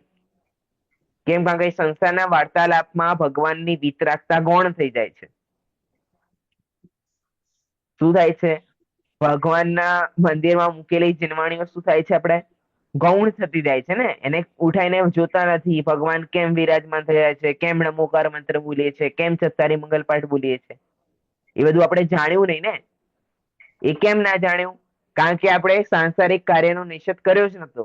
જો સાંસારિક કાર્યનો નિષેધ કર્યો હોત તો વિચાર્યું હોત કે આપણે નમોકાર મંત્ર કેમ બોલવાનો, ચત્તારી મંગલ પાઠ કેમ બોલવાનું. પણ ક્યારે નિશ્ચયનો અર્થ સમજ્યો હોય તો, નિશ્ચયનો અર્થ સમજ્યો હોય તો એ તરત આપણે લાઈટ થાય કે ભાઈ હા, નમોકા મંત્ર આ માટે બોલ્યા, ચત્તારી મંગલ પાઠ આ માટે બોલવાનું છે. તો એ શું થઈ ગયું? એ ત્યારે જ ખ્યાલમાં આવી ગયું હોય. એટલે હવે આપણને ખ્યાલમાં આવ્યું કે હા, નિશ્ચયનો અર્થ સર્વ સાંસારિક કાર્યોનો નિષેધ. હવે વિચાર થશે કે મંદિરમાં આપણે આ પ્રક્રિયા કેમ કરી, આ પ્રક્રિયા કેમ કરી. કેમ? હવે ધ્યાન ત્યાં થવા માંડ્યું. અત્યાર સુધી ધ્યાન ક્યાં જતું હતું કે કોઈ આવ્યું એને મળવાનું છે, કે કોઈ આવ્યું કેમ નહીં, પેલા આઈને જતા તો નહીં રહ્યા હોય. આપણા બધા માઇન્ડમાં કેવું ચાલે છે કે પેલા પૂજન કરીને ગયા. આપણા માઇન્ડમાં ઘણી વખત પૂજા કરવા બેઠા હોય તો પેલા બેન ગયા પૂજા કરીને, આજે બહુ જલ્દી પતી ગયું એમને. તો આપણે શું થયું? એ સંસારિક કાર્યમાં ફસાઈ ગયા. અને કરવાનું શું હતું કે ભગવાનના મંદિરમાં કેમ આયા? સંસારથી છૂટવા માટે. અને લાગ્યા ક્યાં પાછા? સંસારમાં લાગ્યા. એટલે અહીંયા શું કહે છે કે પહેલા તમે નિશ્ચય બોલી નાખો. એટલે શું કરશો? અહીંયા તમારે સર્વ સાંસારિક કાર્યોનો નિષેધ થઈ જશે. પછી કહે છે કે ત્યારબાદ ભગવાનની વેદી સામે જઈને ઓમ જય જય જય નમોસ્તુ નમોસ્તુ નમોસ્તુ બોલવાનું. અને પછી તમારે નમોકાર મંત્ર અને ચત્તારી મંગલ પાઠ બોલવાનો છે. ખાલી બોલવાનો નથી, જે અર્થ આપણે સમજ્યા છે એ અર્થની સાથે બોલવાનો છે. અત્યાર સુધી ખ્યાલમાં નતો, હવે અર્થ ખ્યાલમાં આવી ગયો છે. તો હવે એની અર્થની સાથે બોલશો તો એનું વાસ્તવિક ફળ લાગશે, અને એનું ફળ લાગશે નહીં. બરાબર? ક્લિયર છે? પછી જીનેન્દ્ર ભગવાનને અષ્ટાંગ નમસ્કાર કરવાના છે. ત્યારબાદ મન એકાગ્ર કરીને ભગવાનની કોઈ સ્તુતિ બોલતા બોલતા 3 પ્રદક્ષિણા કરવાની છે. હવે અહીંયા સ્તુતિ બોલવાનું પ્રયોજન શું છે કે એક માઇન્ડમાં રહે કે હવે આપણે ભગવાનના દર્શન કરવાયા છે, ભગવાનના ગુણોનું ગાન કરવું છે. જે પણ દેવસ્તુતિ આપણે ભણીશું તો એ દેવસ્તુતિમાં શું છે? ભગવાનના ગુણાનુવાદ કરેલા છે. તો એ ભગવાનનો ગુણાનુવાદ જ આપણને યાદ આવે. ભગવાનનું વિતરાગતા લક્ષણ યાદ આવે, સર્વજ્ઞતા લક્ષણ યાદ આવે, એ વિતરાગતાનું શું સ્વરૂપ છે એ યાદ આવે. એના માટે સ્તુતિ બોલતાની સાથે તમારે 3 પ્રદક્ષિણા કરવાની છે. પછી ભગવાનને નમસ્કાર કરીને નમોકા મંત્ર બોલીને કાયોત્સર્ગ કરવાનો છે. અને પછી શાંતિથી મન એકાગ્ર કરીને ભગવાનના દર્શન કરવાના છે. ત્યાર પછી શાંતિથી બેસીને ઓછામાં ઓછો અડધો કલાક શાસ્ત્ર વાંચવું જોઈએ. એમ નહીં, સમય હોય, આપણે ઘણી વખત એવું નહીં કે ભાઈ ઘરે સિરિયલ છૂટી જાય છે એટલે આપણે જઈએ છીએ. ઘણી વખત માઇન્ડમાં કેવું કે પેલું સિરિયલ છૂટી જશે, કે પેલું રહી જશે. એના માટે આપણે શું અવોઇડ કરીએ છીએ? એ શાસ્ત્ર સભા આપણે અવોઇડ કરીએ છીએ. એટલે અહીંયા શું કહે છે? ઓછામાં ઓછો અડધો કલાક કોઈ શાસ્ત્ર સભા ચાલતી હોય તો શાસ્ત્ર સભામાં બેસવું, અથવા પોતાની જાતે વાંચન કરવું જોઈએ. અને પછી લખ્યું છે વાંચવું, પ્રવચન સાંભળવું અને થોડી વાર બેસીને મનન કરવું જોઈએ. ખાલી સાંભળીને નહીં નીકળી જવાનું, થોડીક વાર 2 મિનિટ પાછું બેસવાનું અને મનન કરવાનું કે આજે પ્રવચનમાં શું શું આવ્યું. ઘણા લોકો નહીં કે ભાઈ ગુરુદેવનું પ્રવચન તો સાંભળ્યું, કોઈ વિદ્વાનનું તો પ્રવચન સાંભળ્યું, કોઈ પૂછે કે ભાઈ આમાં કયા કયા બિંદુ આવે તો ભાઈ કઈ ખબર નહીં, કંઈક ચાલ્યું હતું. અથવા જ્યાં પટ્ટી ઉપર લખ્યું હોય કે સમયસર ગાથા 19 તો કે 19મી ગાથા ચાલી હતી. 19મી ગાથામાં શું આવ્યું, આચાર્ય દેવે શું કહ્યું, ટીકામાં શું આવ્યું, ગુરુદેવે શું કહ્યું, એ તો ખ્યાલમાં આવ્યું જ નહીં. 3 વસ્તુ તો ખ્યાલમાં તો આવે. જો ખરેખર સાંભળ્યું હોય તો 3 વસ્તુ આપણને અલગ અલગ ખ્યાલમાં આવે. વિચારવું, અને પછી હું કોણ છું, ભગવાન કોણ છે, ભગવાન કેવી રીતે બને, એવા બધા વિચારો કરવાના. હવે પછી શું કહે છે કે આ બધું અમે કરીએ પણ આનો લાભ શું છે એ તો જણાવી દો. તો ભાઈ આનાથી આત્મામાં શાંતિ મળે છે, પરિણામોમાં નિર્મળતા આવે છે, અને મંદિરમાં આત્માની ચર્ચા થાય છે. શું થાય છે? મંદિરમાં આત્માની સંબંધિત ચર્ચા થાય, કારણ કે સંસારિક કાર્યોમાં તો આપણે થતી નથી આત્માની ચર્ચા, ઘણી ઓછી થાય છે. તો આ બહાને મંદિરમાં તમારે આત્માની ચર્ચા થશે. તેથી આપણે આત્માને સમજીને તેમાં લીન થઈ જઈને પરમાત્મા બની શકાય છે. જો આપણે મેં જૂના પાઠોમાં પણ જોયું, રમોકા મંત્રમાં શું કહ્યું?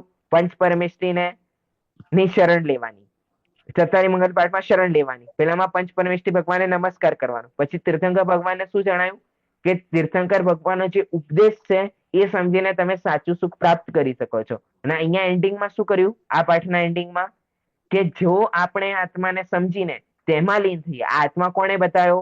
એ ભગવાને. જે ચેપ્ટર આપણે ભણી ચુક્યા, તીર્થંકર ભગવાન.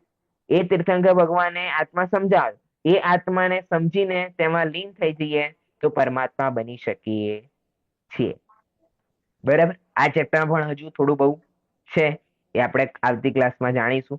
અત્યારે આપણે પરમાગમ ઓનર્સના કરતા ધરતા, એટલે કે જેમને સ્ટાર્ટ બધું કર્યું એવા સ્વાનુભૂતિ દીદી આવી ચુક્યા છે, તો તમને જણાવશે. તો હું એમને जय स्नेह सभी को।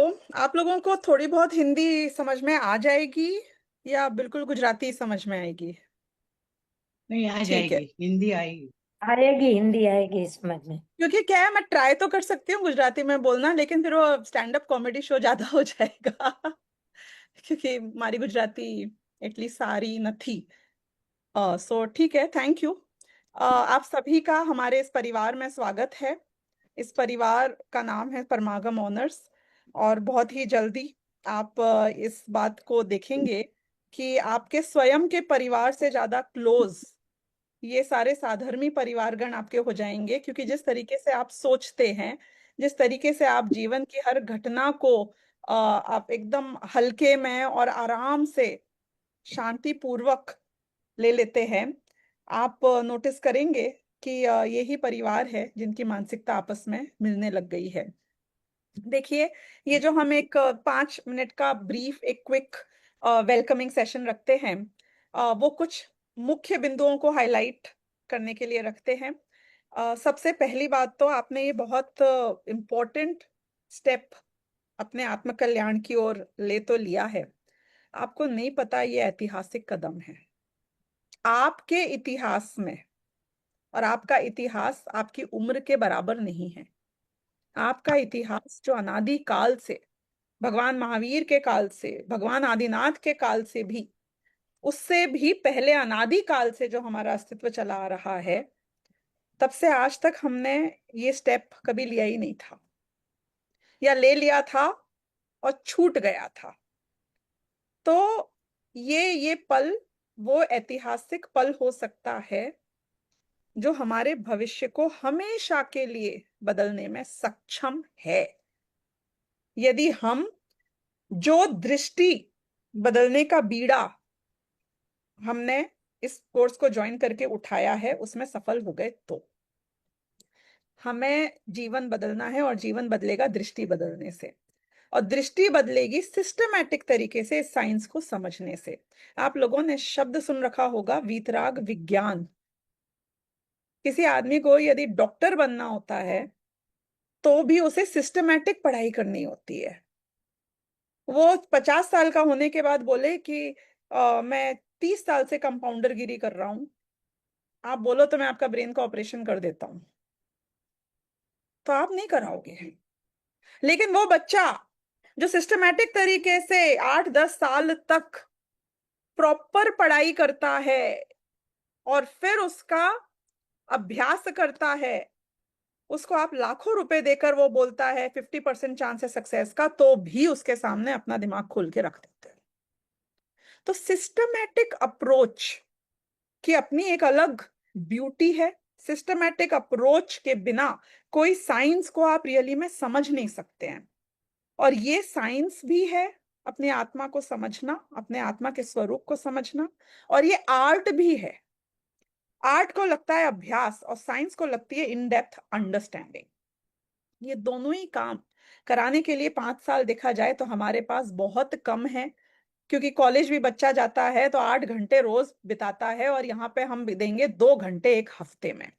तो आपको ये अंदाजा लगाने में डिफिकल्टी नहीं होनी चाहिए कि किस लेवल ऑफ सिंसियरिटी के साथ यदि हमने 5 साल ये काम किया तो एक सिस्टमैटिक अंडरस्टैंडिंग इस पूरे कोर्स की आ पाएगी। और ये कोर्स कहने के लिए सिलेबस उन पुस्तकों के रूप में है जो आपसे शेयर की गई होगी, वास्तव में सिलेबस है अपना आत्मा, वास्तव में सिलेबस है मन की शांति, वास्तव में सिलेबस है कि मैं सिर्फ आज सुखी हूं ऐसा मार्ग नहीं, अनंत काल के लिए किसी गति में कहीं पहुंच जाऊं लेकिन मेरा सुख मुझसे दूर नहीं हो। ये वो कला और वो ज्ञान विज्ञान सीखने की बात है। आप पूछोगे 5 साल देखेंगे, हमने सोचा है कि ज्वाइन तो कर लेते हैं फिर डिसाइड कर लेंगे 2-4-6 महीने में क्या करना है। ये गलती मत करना ये सोचने की कि 5 साल हमने आपको कम कहा है। ये कला अनंत काल की कला है। ये वो ज्ञान है, ये विज्ञान है, ये वो अभ्यास है जो अरिहंत अवस्था प्राप्त होने तक भी छूटेगा नहीं और उसके बाद अपने आप छूटता ही नहीं है। तो क्या कर रहे हैं हम? सबसे पहले अगर कोई भी सब्जेक्ट को समझना है उसकी टर्मिनोलॉजी, उसकी वोकैबुलरी समझनी पड़ती है, क्योंकि उसके शब्द ही समझ में नहीं आएंगे तो हम उसकी बात कैसे समझेंगे। तो सबसे पहले के जो 2 साल हैं, 4 सेमेस्टर्स हैं, 6-6 महीने का एक सेमेस्टर है, उसमें हमने कोशिश करी है कि अध्यात्म ग्रंथों में आने वाले मैक्सिमम वोकैबुलरी, टर्मिनोलॉजिकल वर्ड्स, सैद्धांतिक शब्द, उनका क्या अर्थ है गहराई में वो आपको समझा पाए। हम बहुत वर्ड्स को बहुत लूजली यूज करते हैं। आप कहने के लिए कहते हो निमित्त शब्द, आप कहने के लिए कहते हो उपादान शब्द, आप कहने के लिए कहते हो अकर्ता भाव, आप कहने के लिए क्रमबद्ध पर्याय आदि को भी यूज करते होगे, आप धर्म के 10 धर्म यूज करते हो, हम संवर निर्जरा मोक्ष ये सब शब्दों को प्रयोग किया करते हैं, लेकिन उनका जो मीनिंग है वो मोती की तरह है। मोती समुद्र में तैरते हुए नहीं मिलते, उसके लिए बहुत गहराई में जाना पड़ता है। तो ये एक एक शब्द के पीछे इतनी बड़ी दुनिया है और वो गहराई को समझे बिना जब आप कोई आचार्य कुंद कुंद के ग्रंथ को पढ़ रहे होंगे आपको लगता है मुझे तो पता है वो ये क्या कह रहे हैं। आपको कुछ नहीं पता है वो क्या कह रहे हैं, वो अलग ही डेप्थ होती है उसकी। तो पहले 2 सालों में सारे सिद्धांतों की वो डेप्थ समझाई जाएगी जो डेप्थ समझे बिना उन शब्दों का प्रयोग करना पाप है। उनको समझना हमारी पहली जिम्मेदारी है। उसके बाद जो 3 साल है, यानी कि 4th सेमेस्टर के बाद 5th से 10th सेमेस्टर तक हमने क्या प्रयास किया है, क्योंकि हमें 5 सालों में सिर्फ 2 घंटे हर हफ्ते के अंदर बहुत कुछ समेटना था। हम चाहते थे कि आत्मा का कल्याण करने के लिए हर जीव यहाँ आया है, किसी को सर्टिफिकेट नहीं चाहिए। Certificate is okay, good to have. किसी को एग्जाम करके प्रूव नहीं करना है कि मैं टॉपर हूं, सबको टॉप करना है अपनी अंतरंग की शांति में। तो हमने ये फोकस रखा कि 80% जैन अध्यात्म की बात होगी, और बात बार बार हम जैन जैन जैन कर रहे हैं, वास्तव में तो ये अध्यात्म ऐसी साइंस है जो कोई मुस्लिम, क्रिश्चियन, पंजाबी, सिख कोई भी व्यक्ति आके समझेगा तो उसको मन की शांति मिलेगी, क्योंकि ये यूनिवर्सल कॉन्सेप्ट्स हैं। जो क्रोध नहीं करता है उसको शांति मिलती है।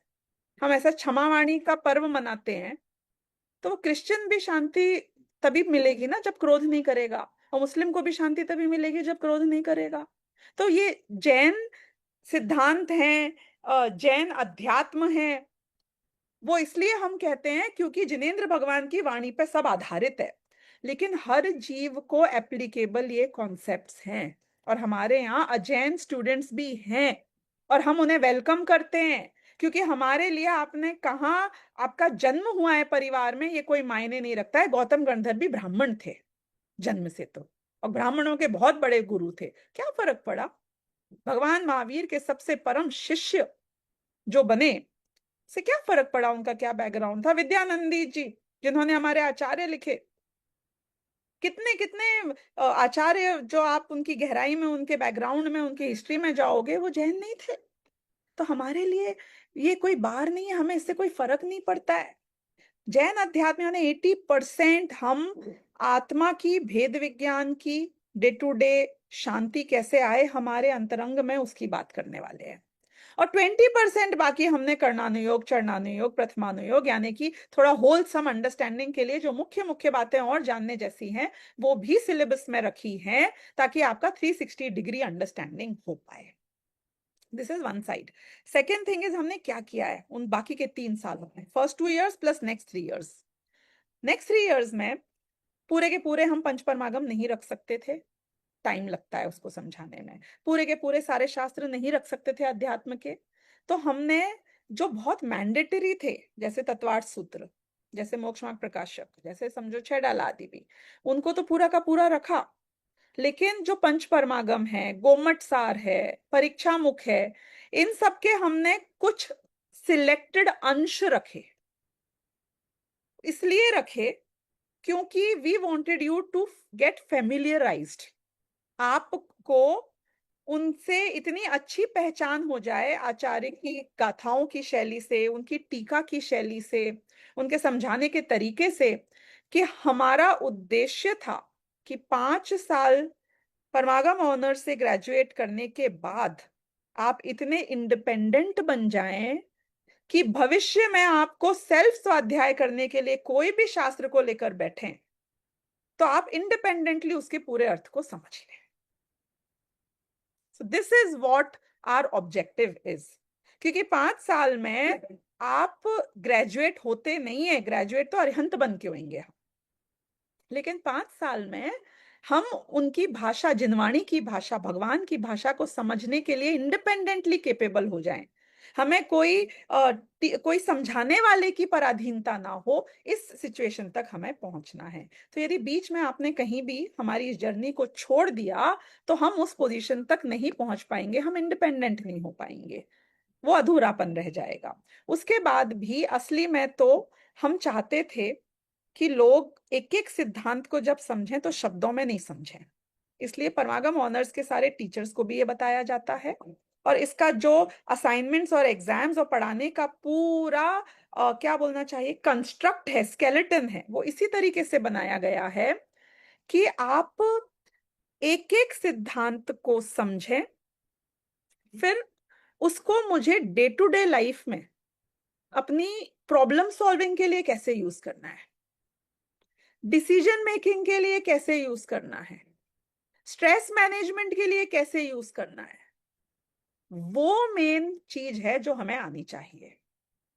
क्योंकि शब्दों में बहुत लोग बहुत चीजें समझ लेते हैं, डॉक्टरी भी जब करते हैं तो शरीर के अंगों को और ऑर्गन्स को और उसके मैकेनिज्म को समझना उद्देश्य नहीं होता है, उसमें हुई बीमारी को सही कैसे किया जाए उस दृष्टि से सब चीजों को समझा जाता है। नहीं तो हमें भी अपनी लाइफ को हम सिंप्लीफाई कैसे करेंगे, कैसे हमारे मन में शांति आएगी डे टू डे लाइफ में, उस पर्सपेक्टिव से एक एक बात को समझना है। और हमारे टीचर्स आपकी मदद करेंगे उस डायरेक्शन में गाइड करने के लिए।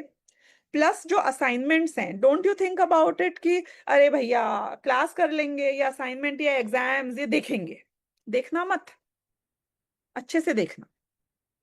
क्योंकि ये असाइनमेंट्स में हमने इस तरीके से बनाया है, it's a part of your education and in depth understanding.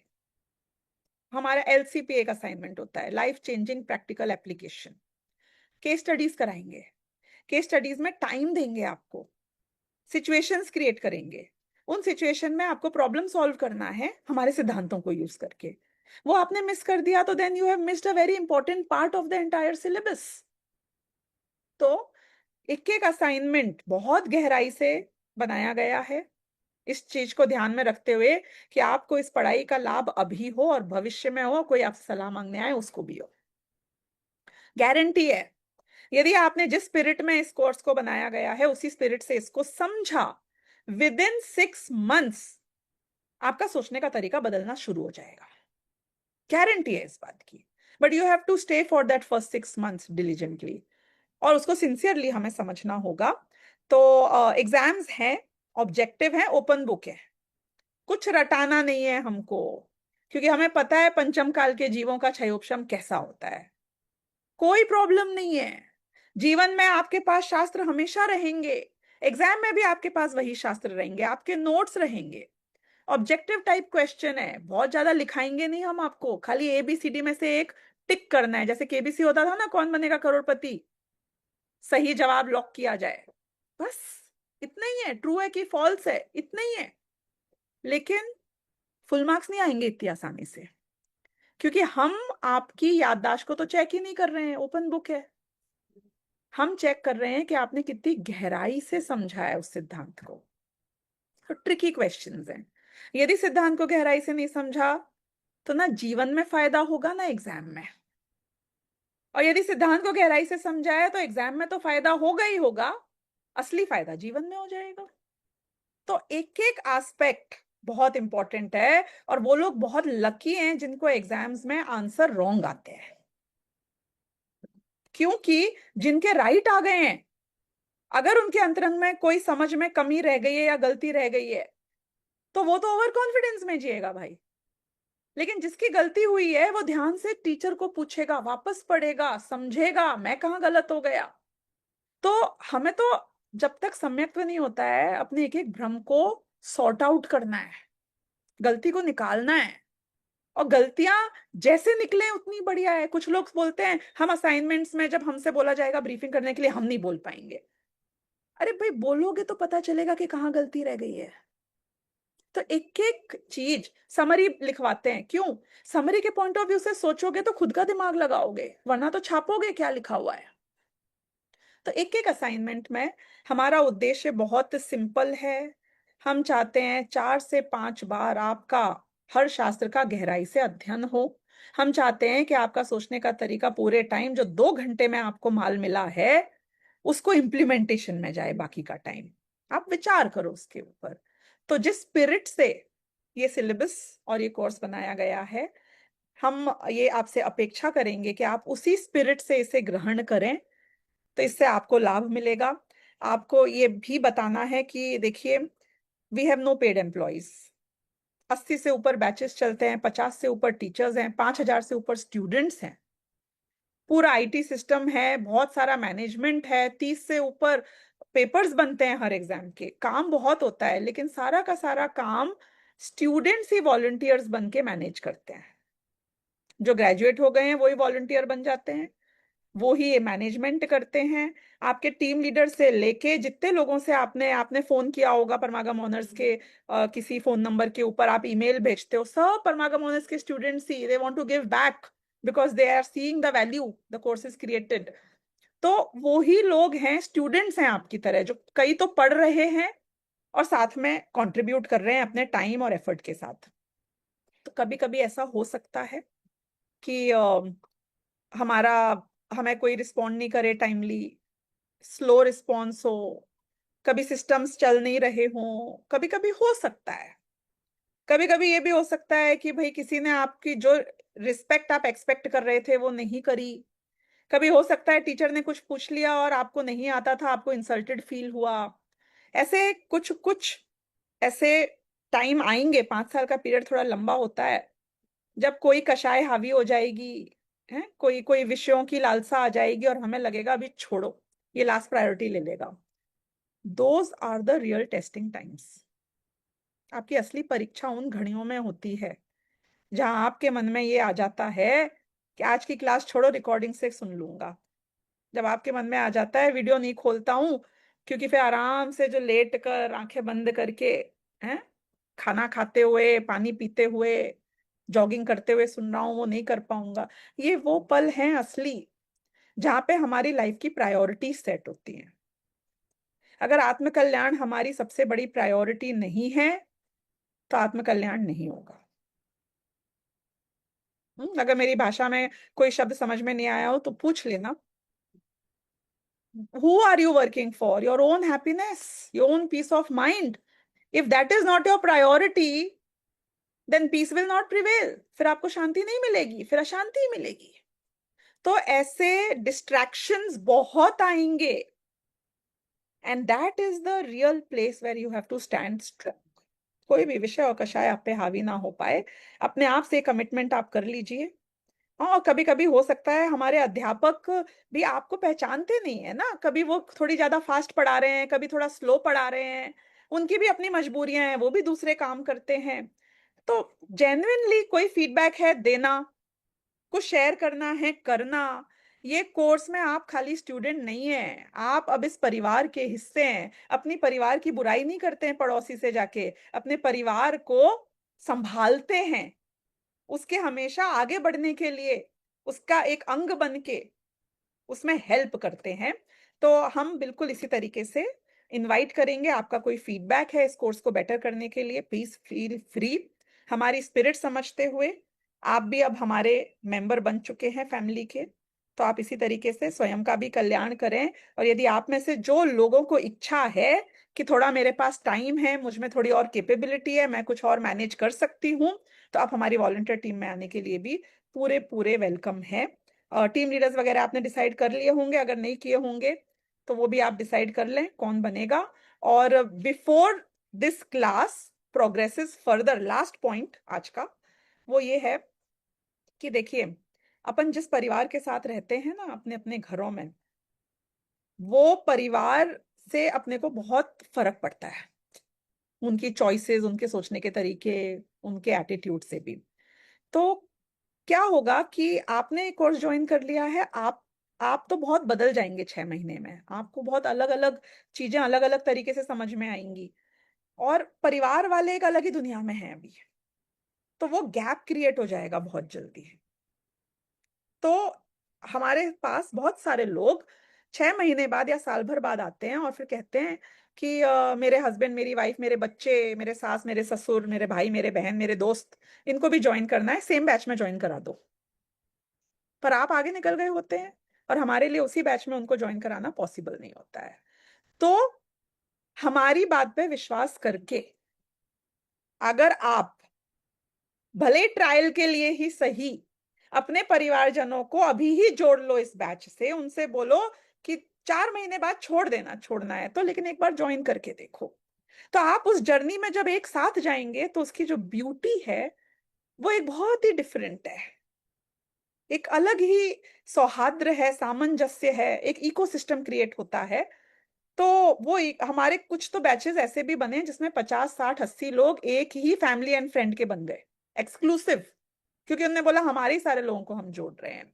तो एंड बहुत होगा ऐसे आगे जाके, which you will realise after a couple of years. तो मैं आप सब लोगों को ये कहूंगी कि इस दृष्टि से भी आप लोग इसको देख लें, यदि पॉसिबल हो सकता है तो कर लें। इसी के साथ हमारी आज की बात पूरी हुई। Sorry we have extended the time by a little bit, 15-20 minutes here and there. मैं सिर्फ एक ही बार आती हूँ 5 सालों में, आप चिंता ना करें। इसके बाद हम सीधे आपकी ग्रेजुएशन सेरेमनी में मिलेंगे। तो कोई प्रश्न है तो आप पूछ सकते हैं, और नहीं है तो हम यहाँ पे समापन कर सकते हैं।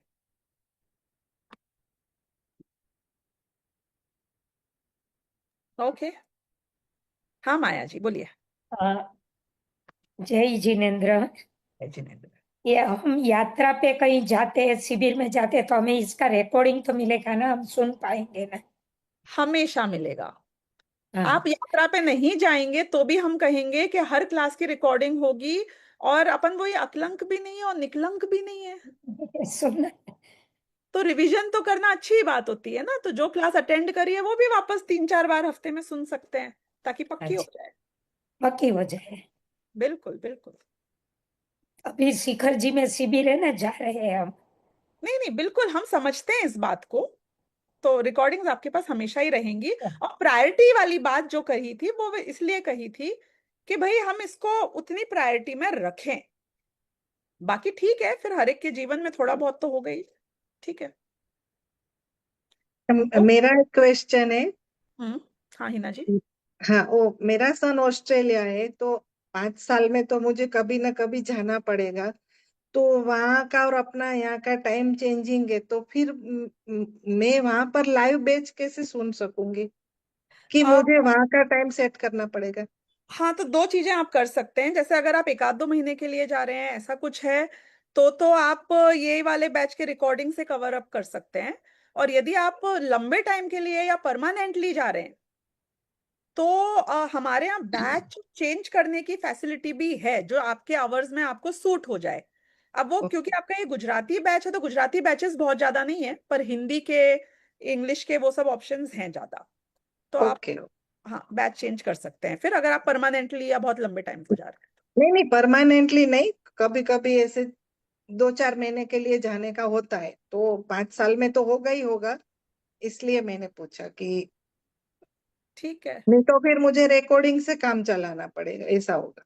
और आप कभी कभी दो दो भी कर सकते हैं, इसकी भी रिकॉर्डिंग सुनो और दूसरा कोई लाइव भी करो साथ में।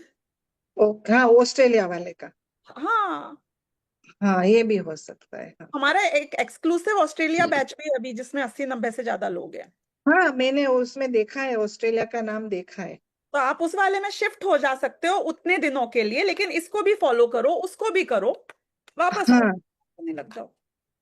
ओके। सी जय ऑल जिनेन्द्र। फ्लेक्सिबिलिटीज जितनी हमसे पॉसिबल हो सकती हैं हम क्रिएट करेंगे आपके लिए। और हम तो इसमें फैमिली, आपने बोला ना, तो अभी हम इसमें फैमिली के 4 मेंबर है। बहुत बढ़िया, एक्सेलेंट। हाँ, हम इसमें बहुत 4 बढ़िया, मेंबर है। बहुत बढ़िया। एक मेरी भाभी है, एक मेरी सिस्टर है और एक भांजी है। अनुमोदना, बहुत अनुमोदना। और हम सब मेहुल मेहता के परिवार से हैं। बहुत बढ़िया, विशाल मेहता के परिवार से हम लोग। बहुत बढ़िया, एक्सेलेंट। જય જીનેન્દ્ર। हाँ जय जिनेन्द्र। જય જીનેન્દ્ર। हाँ जी। હા, આમાં બુક્સનું કહેલું હતું કે યરલી બુક્સ લાવવાની મોકલવામાં આવશે અથવા તો લેવાની થશે, તો એ અમારે કેવી રીતે મેનેજ કરવાનું? ये सारी चीजों के लिए, जैसे कि मैंने कहा, हमारी वॉलंटियर टीम है और एक एक जन एक एक, कोई बुक्स को मैनेज करता है, कोई एडमिनिस्ट्रेशन मैनेज करता है। तो आपको सारा ग्रुप में डिटेल्स भेजी जाएंगी और उसमें आपको कहाँ क्या करना है वो पता चल जाएगा। હા, બુક્સ માટે પૂછ્યું हाँ, તો big ખ્યાલ book આવે ને માટે આપણને? તમને ગ્રુપમાં બધી કાળજી મળી જશે. Was I right? Hopefully. Yes yes, thank Okay. You. हाँ, वेलकम। ओके, ठीक है। तो कृणाल जी, हाँ हाँ हाँ Dhara ji, anybody? Okay, no problem. हाँ तो कृणाल जी आप इसका समापन कर सकते हैं। ठीक, ओके, થેન્ક યુ। या હા, ઓકે। બધાને ખ્યાલમાં આવી ગયું હશે પરમ ઓનર શું છે। ઘણું મોટું કાર્ય, બધા કાર્યક્રમ પણ બધા મોકલીશું આપણે ગ્રુપમાં, જ્યારે જ્યારે આપણે ફ્રી હશે અને કંઈ કાર્યક્રમ ચાલતું હશે એ પણ મોકલીશું, એટલે તમને ખ્યાલમાં આવશે કે કેટલું મોટું કાર્યક્રમ થાય છે। હા, સર ધારા એક્ઝામ આમાં વર્ષમાં એક જ વાર હોય છે, કેવી રીતે હોય છે એક્ઝામ્સ?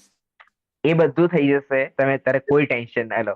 હું અસાઇનમેન્ટ એટલા માટે નથી કહ્યું, હોમવર્ક એટલા માટે નથી કહ્યું કે થોડાક તમે एग्जाम्स का સ્ટેબલ मैं થઈ बता જાઓ પછી। सकती हूँ, हर साल सेमेस्टर, जितने भी ऑड सेमेस्टर्स है, first, third, fifth, seventh, ninth, उसके एग्जाम्स होते हैं जुलाई के महीने में, फिक्स है।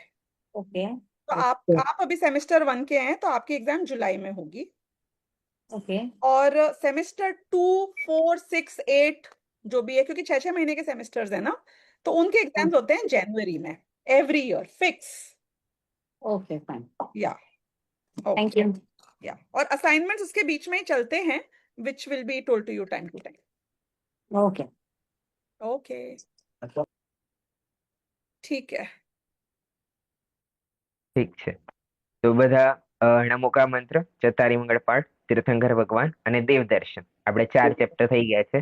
તો એ બધાની રિવિઝનની સાથે આગળના જે ચેપ્ટર છે, આગળ જીવ અજીવ, દિનચર્યા અને એક છેલ્લો આપણે પાઠ છે ભગવાન આદિનાથ। ત્રણે ત્રણ એકદમ સરળ ચેપ્ટર છે, એટલે એક વખત ખાલી રીડિંગ કરીને આવજો।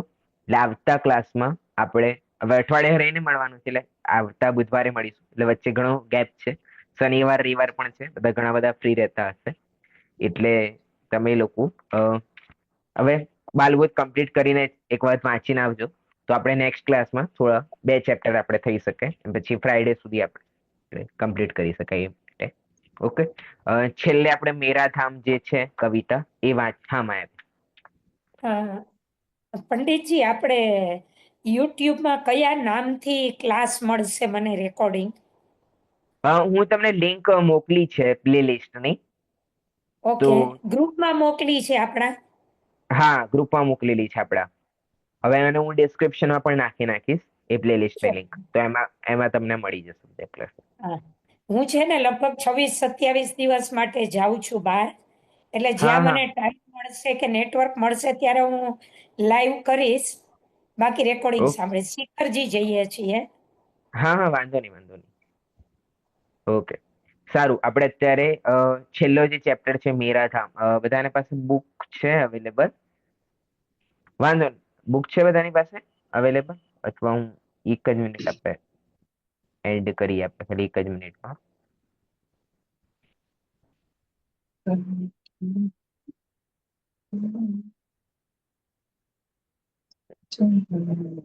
હવે તમારી સ્ક્રીન પણ આવતું જશે.